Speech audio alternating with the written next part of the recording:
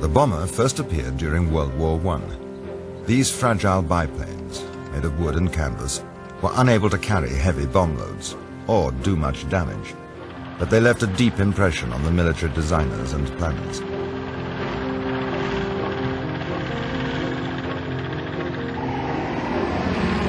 During the 1920s and early 1930s, European governments became convinced that bombers would dominate any future war. Yet Britain was slow to modernize its air force, and many of its aircraft designs were obsolete before they left the drawing board.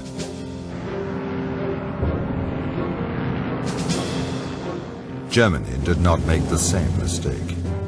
In 1933, Adolf Hitler came to power, determined to create a new German superstate, the Third Reich. He at once began a huge rearmament program.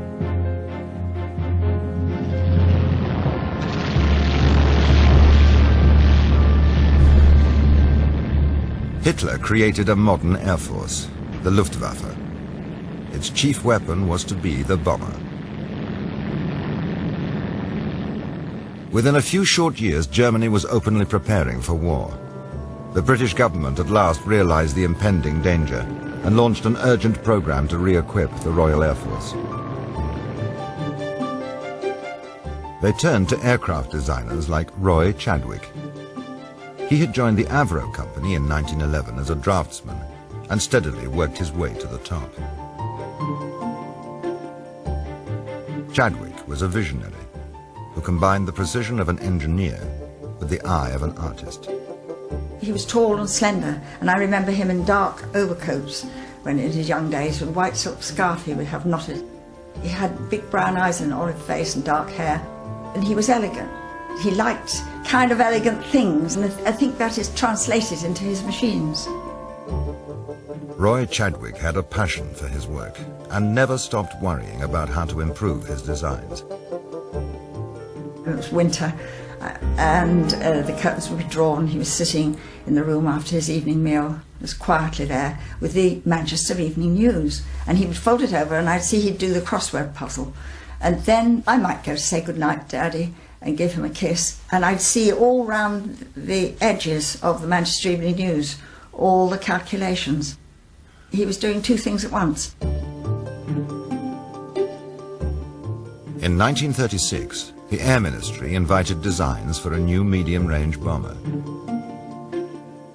The Ministry wanted an aircraft which could carry 8,000 pounds of bombs, fly round trips of 2,000 miles, and do it all with only 2 engines.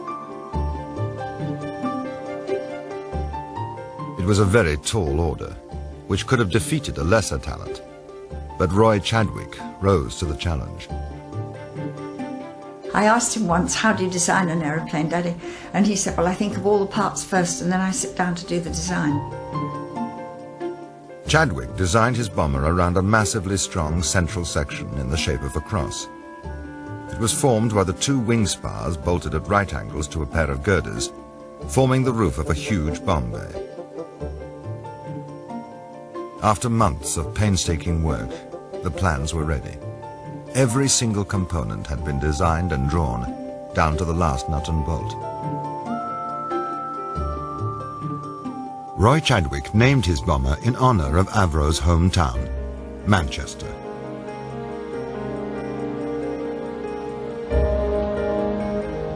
In the summer of 1937, the Air Ministry placed an urgent order for 200 Manchesters, even though the prototype had not yet been tested. It was a huge gamble, but everybody now expected a war.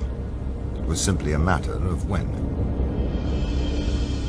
A growing mood of panic swept the country. Londoners began building air raid shelters. Gas masks were issued, and the public were instructed on what to do. If you are provided with a steel shelter and have not erected it, do so at once. Always keep your gas mask handy in the house. When you hear the warning signals, take cover at once. In September 1939, the fragile peace collapsed. Britain was at war with Germany.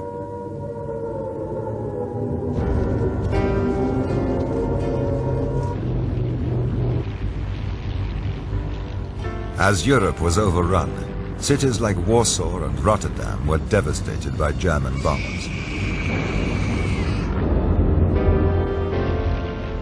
Then in September 1940, Hitler finally unleashed his bombers on London. The Blitz had begun, and Londoners found themselves in the front line.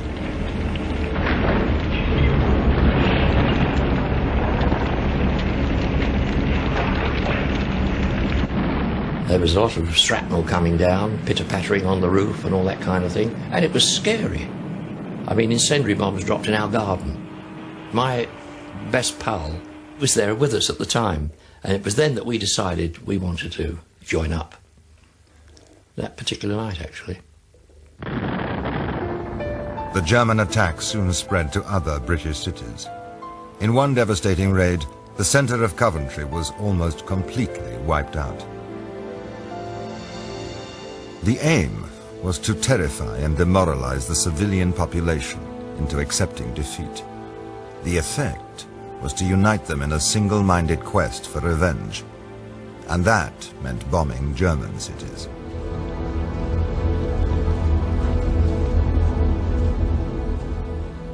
I used to come home on leave and see all the people going down into the underground shelters in London, you know, sleeping down there night after night, and I used to think to myself, you know, this is terrible. But I used to get a sense of pride then. Well, thank God we're hitting back. More bombers was the slogan. Bombers began to appear, not in dozens, but in hundreds. And Germany began to get what was coming to her.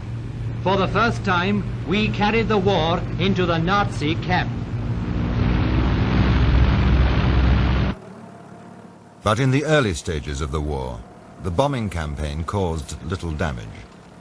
Most of the aircraft were too small to carry an effective bomb load. And without electronic navigation equipment, the bomber crews often missed their targets by many miles. Bomber Command was simply incapable of hitting any targets, much less precision targets. They probably killed more cows and blew up more trees and damaging any portion of the German landscape that mattered. They thought that they were waging a precision bombing campaign. They simply weren't. If the bombing campaign was to be effective, Britain urgently needed two things: accurate navigation aids and an effective, long-range heavy bomber. Of considerable aid to the Royal Air Force is the big twin-engine bomber known as the Manchester. They carry a heavy bomb load at a high speed, thanks to the Rolls-Royce Vulture engines, and they have a powerful defensive armament. Hopes were high as Roy Chadwick's Manchester finally entered service with Bomber Command. But behind the brave words, the truth was much less encouraging. Although Chadwick's airframe design was sound, the problem lay with the complex and unreliable Vulture engines, which struggled to get airborne with a full bomb load and regularly failed in mid-flight. It just did not work, and they couldn't get the height and anything, and it was a horrible plane. The official verdict was finally delivered from the Air Ministry. AVRO would complete the initial order for 200 Manchesters and then switch to building a rival design. For Roy Chadwick, it was a bitter blow. But he would not be beaten. He knew that his bomber could still be a winner. Somehow he had to prove it, and prove it fast.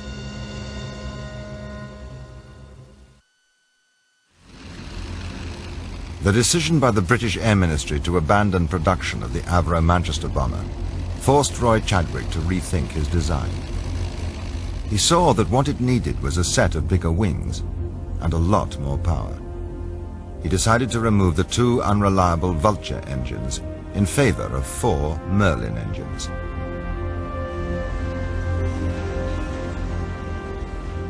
The Merlin was an outstanding design, which already powered the famous Spitfire and Hurricane fighters of the RAF. After persuading the Air Ministry to give him one last chance, Chadwick went back to the drawing board. In the tracing office, they work with pencil and ruler. But without this work, the giant bomber could not begin to take shape. He told everybody, keep it simple. He always said, if it looks right, it is right. The enlarged wings and their new engines were fitted. Extra fuel tanks were installed, and the finished aircraft was rolled out into the light of day.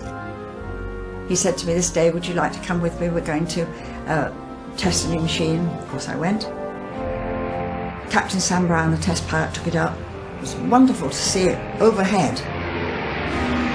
And he manoeuvred it round, all banking and turning.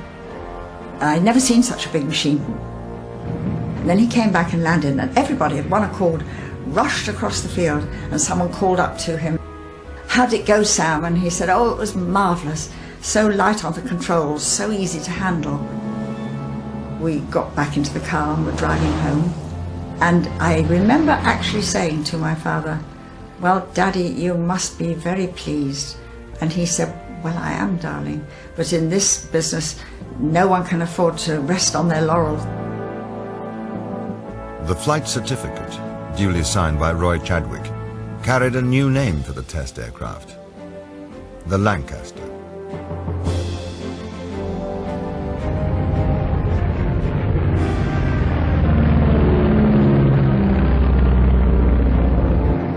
The machine suddenly looked and felt right. The problems that had plagued the Manchester were quickly forgotten as the glowing reports of the test pilots confirmed Roy Chadwick's faith in his design. This is the weapon upon which the Allies based tremendous hopes. To the people who built the Lancasters, each doing his own task to the best of his ability, their success came as no surprise. Soon the Lancaster bomber would become a household name. For one man, it would become the key to victory. Early in 1942, Air Marshal Sir Arthur Harris was appointed Commander-in-Chief of Britain's Bomber Command. He was an aggressive leader, with a single-minded determination to destroy the German war machine. Press home your attack. If you individually succeed, you will have delivered the most devastating blow against the very vitals of the enemy. Let him have it right on the chin. Send that message to all groups and stations. Bomber Harris did a marvellous job. He was brought in when Bomber Command was at a real low ebb. Harris knew that the accurate bombing of strategic targets was almost impossible. In a controversial decision, he supported plans to adopt the German policy of area bombing. Like Hitler's Luftwaffe, the RAF would saturate major centers of population with bombs.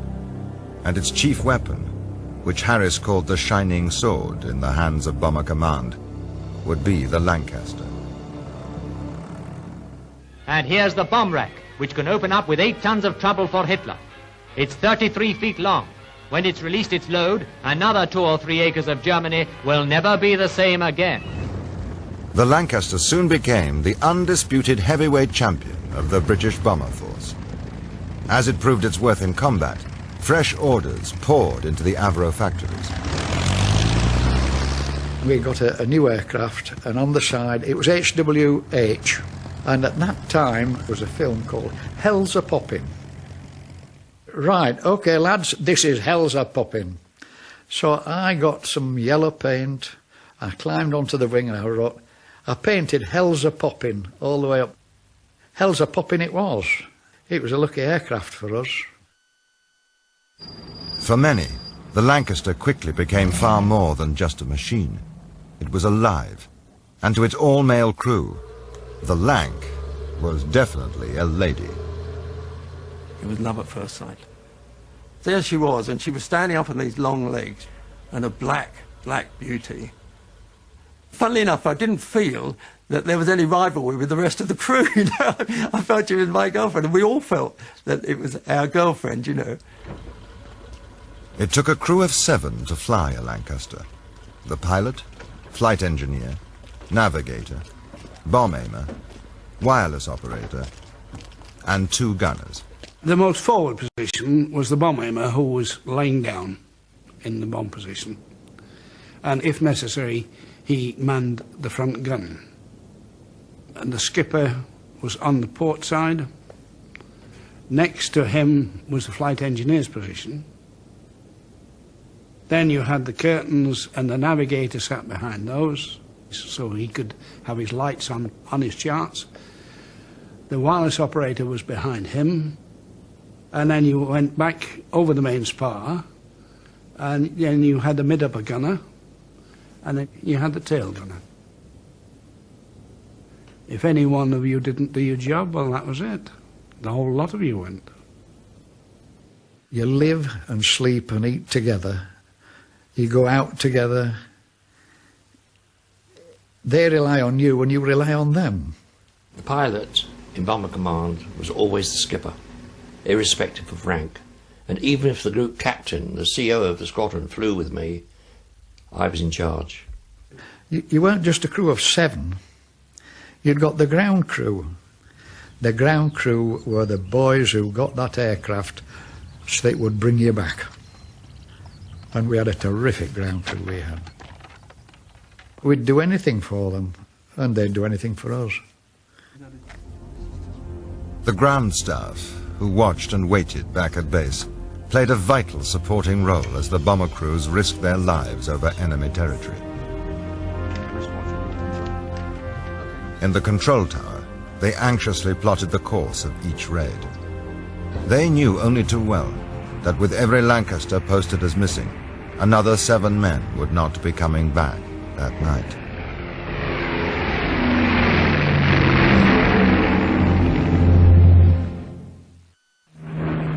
The AVRO Lancaster, the most powerful and efficient bomber in the world, and one of the most important war-winning weapons yet devised by the United Nations.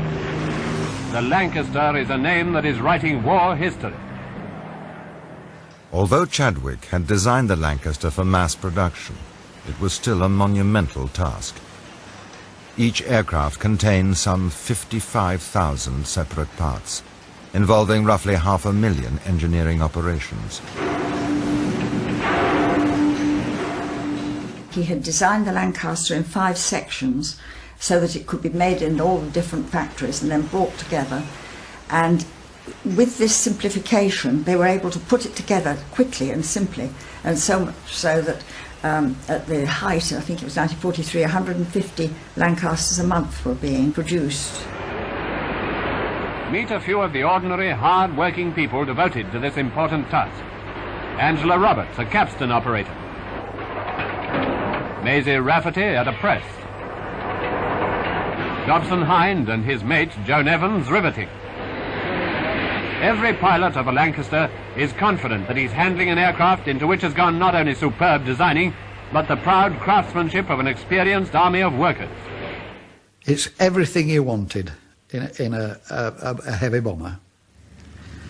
It had got the strength, the speed, the manoeuvrability. Its weight carrying capacity was out of this world. It took eventually 6 tons more than it had been designed for.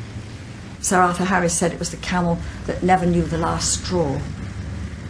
In our training, we used to cut 2 engines on one side, and you could stand the Lancaster on its wingtip with 2 engines cut on one side.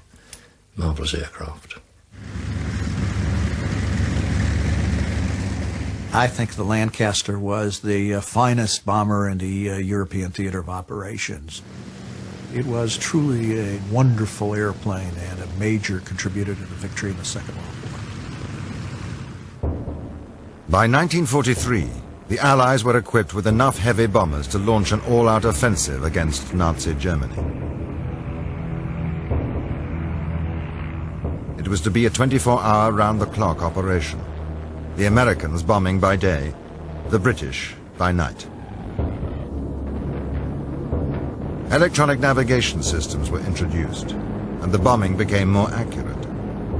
Radio direction finders and radar scanners were installed in selected aircraft, and their hand-picked crews were given special training as pathfinders. It all came together at the end of July 1943, when a series of heavy raids on the city of Hamburg demonstrated the devastating effect of area bombing. Thousands died in the inferno as huge areas of the city were utterly destroyed. Area bombing had not broken the British resolve to fight, but Arthur Harris still remained firmly convinced that this was the only way to defeat Nazi Germany. They sowed the wind, he said. Now they are going to reap the whirlwind.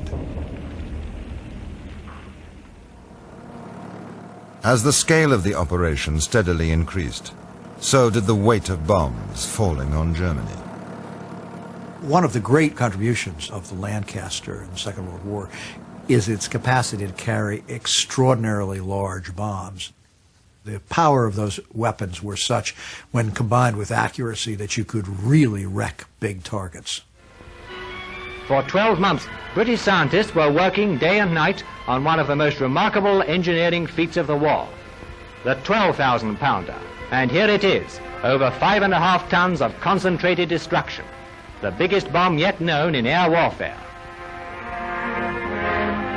Lancasters eventually carried no less than 22,000 pounds, the 10-ton Grand Slam bomb.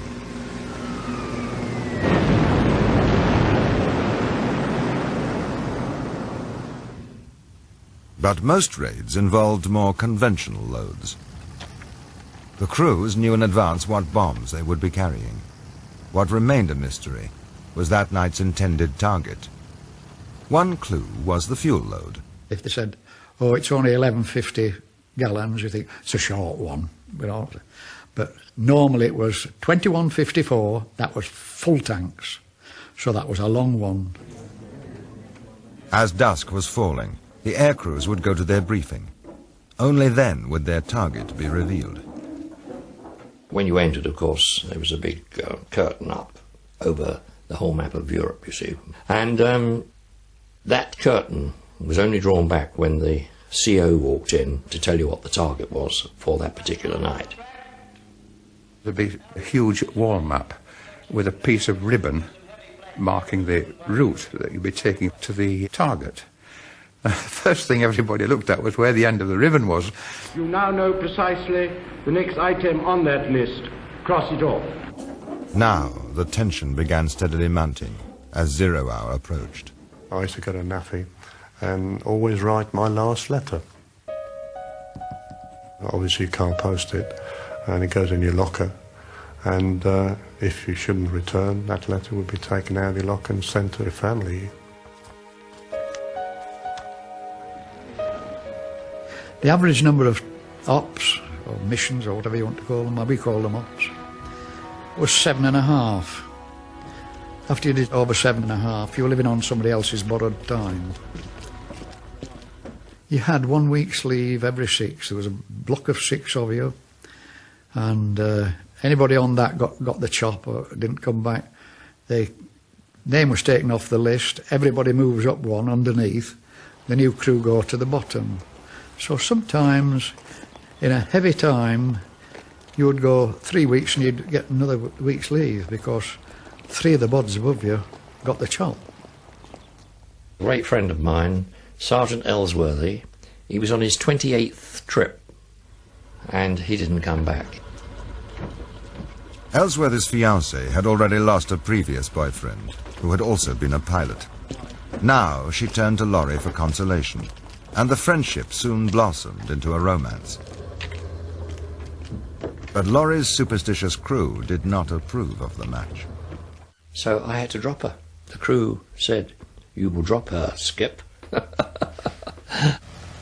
She was a jinx. Poor girl. Very nice looking girl too. But for the skipper of a Lancaster, in love as in war, the welfare of his crew always came first. They had to believe their luck would hold as they set off for Germany. You were at the beginning of an adventure. You were at the beginning of something dangerous. You were at the beginning of fear, and you would feel fear. And anyone who said they didn't feel fear were liars or nuts.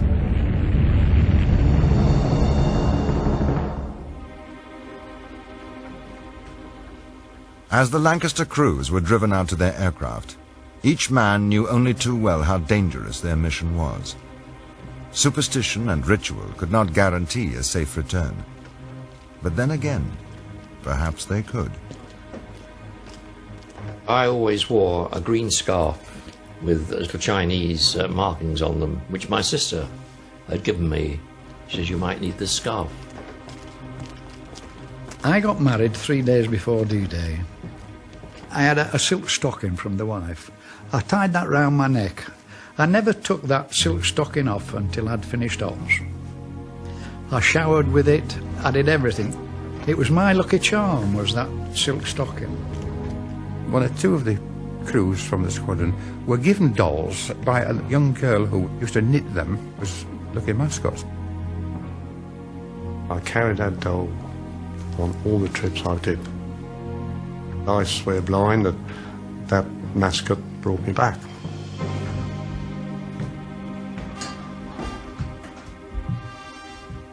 You talk about the smell of an aircraft. It had that smell of comfort, and that puts it all in one word. That was home from home.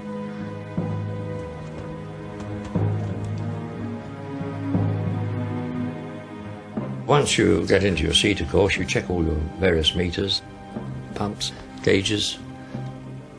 Once we're all satisfied that everything's in working order, we get the order to move, and then we move off.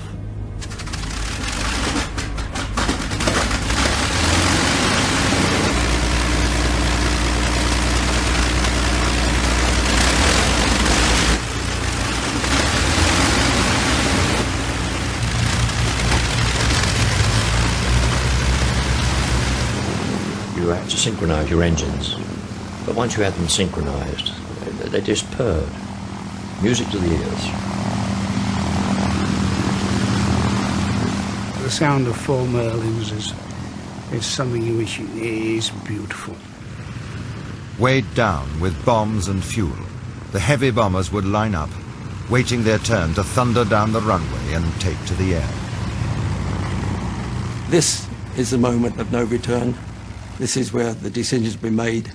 This is where you're in her world, and suddenly it all seems to happen.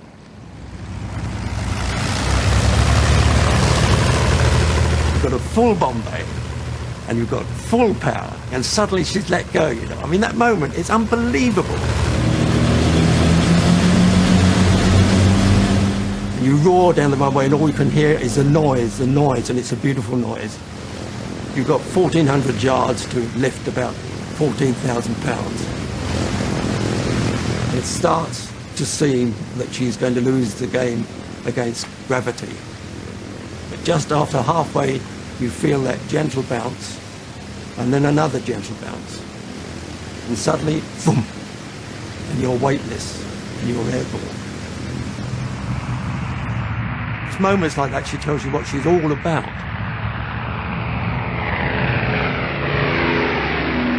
And she's just magnificent, just magnificent. She is not it is magnificent, she. And now, as our Lancaster takes to its element, think again of the importance of every item in its construction.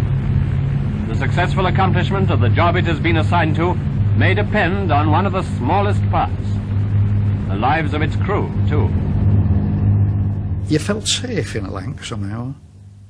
When all around you's going mad, you're somewhere safe. You always thought, if anything happens, it'll happen to the other bloke, not to you. We were going to do a full tour. We weren't going to get shot down. That happened to other people. We weren't going to get shot down, no. It's always somebody else that gets it, never you, until you get it. As the bomber formation reached the enemy coast, the mission entered its most dangerous phase. Ahead lay the batteries of deadly anti-aircraft guns and the night fighters of the Luftwaffe. But the only sound that reached the crew members was the reassuring drone of the Merlin engines. You had this sort of rhythmic sound of the Merlins there, you know, and somehow that was warm and comforting. And you weren't thinking then, oh, will we ever get there and get back again? Because you had utter confidence in her. You just felt we're going into it now, and everybody alert. I used to pass orders round. Gunners, keep your eyes skinned. Isolated in his turret, the rear gunner had barely enough room to move. Most attacks came from the rear, and he was often the first casualty. It was a vulnerable position, I can't deny that, but not one you could shy away from. That's the job you were there to do, and you did it. Tail-in Charlie, as we called him, he was the fall guy. I think there were more casualties with rear gunners than any of the other crew members. As they reached the target, the bombers had to fly through a dense barrage of exploding shells from the German flak batteries. I would say it takes a lot to make me afraid, but I was scared. Really scared at times. Frightened to death. My God, this is it. This is my time coming. I've only had 19 years. I'm on the chop. You are frightened, you are scared, and you just hope that you will come back. You had a lot of other things to think about than fear. And I must say that over the target, it was exciting. And excitement was over fear then. Bombing was his right, skipper. Target's in sight. I'm ready for the bombing run. And then it's all quiet in the aircraft because he is in sole charge and you do exactly what he says. You actually go out there to hit a target. The fact that civilians may be killed, you've got to blank that out.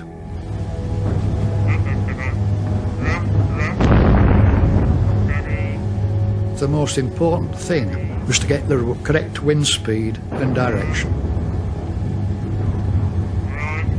It's sheer hell, anything from about 15 to 30 seconds. Seems like 15 to 30 hours. And under your breath, you're saying, for God's sake, drop the bloody things.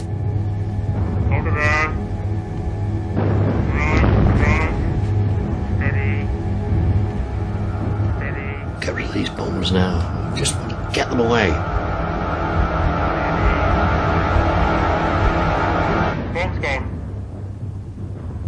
You just go up like this. It's amazing. I mean, you go up like from one floor to the 10th floor in the car park. You boom! And as soon as he says, bomb's gone, I throw the aircraft over and get the hell out of there. The first thing is to hang on for grim death because he's corkscrewing like this, you see. At last, they could take evasive action to avoid the fighters and head for home. You'd see a flash, flash, flash, flash. Oh, quite clearly. And it's remarkable how fast an explosion travels. It goes out very, very quickly, 100 yards, 200 yards each way. Going back, because I was at the back, I always felt if somebody wanted to grab you, in the darkness, they want to grab you back for what you've done. Back in England, other hands were reaching out, willing the Lancasters to return to the safety of their home base. They were so close to us that they were almost brothers as well. They wanted us to come back. Because they have this long piece of string and they would let you go, they'd bring you back again, So you were tied to them. But for the pilot and his crew, the long night was not over yet. German fighters still prowled the skies over Europe, waiting for the moment to attack. And the bombers were still a very long way from home. The first bombers have dropped their incendiaries and ringed the target. Each speck of light a blazing German building. Easy enough to realize the catastrophe, the concentrated chaos that is overwhelming the city below. As they set course for home, the crew could not let down their guard for a second. German night fighters continued to attack the bombers relentlessly all the way across occupied Europe. You see the flames and you watch the parachutes coming out. I can remember my skipper used to shout at us and say, "Pay attention, this could be you next." The gunner suddenly called out, "There's a Ju-88 coming in, skipper." I said, okay, give me your orders as soon as you can, what to do. He's in charge then. And he said, prepare to port, prepare to dive port, prepare to dive port, prepare to dive, and as he said that, we were hit. And he also fired at that time. As I put the aircraft over to go port down, I saw the tracer go underneath me. Then I went into a screaming dive to port, and at the same time, of course, there were screams from the rear gunner and the mid-upper gunner. They'd both been hit. I said to the flight engineer, Bill, give me a hand with this control column. Eventually, I got out of the dive. I was down to about 6,000 feet then, and of course I relaxed and whipped over again into another dive, you see. It's the same way. We pulled out at about 2,000 feet, and immediately I saw a bit of cloud and I dived into it. The fighter had vanished, but the Lancaster was badly damaged and almost impossible to control. Part of the wing was missing. The fuselage was riddled with holes, and both gunners were seriously wounded. I asked my navigator to set a course. I said, I can't turn to starboard at all, because I had full right rudder on and full control column like this. And that's how we were flying back. All the time I was drifting slowly to port. After 2 hours of fighting with the controls, they reached the English coast and prepared for an emergency landing. The scary part was, are the wheels going to come down? Because we didn't know whether the hydraulics were working, you see. And it was then I said to the crew, if any of you want to jump now, the gunners are staying with me. I had no choice. They said, don't worry, Skip. We know we're staying with you. I thought the best thing to do so she doesn't flip over is to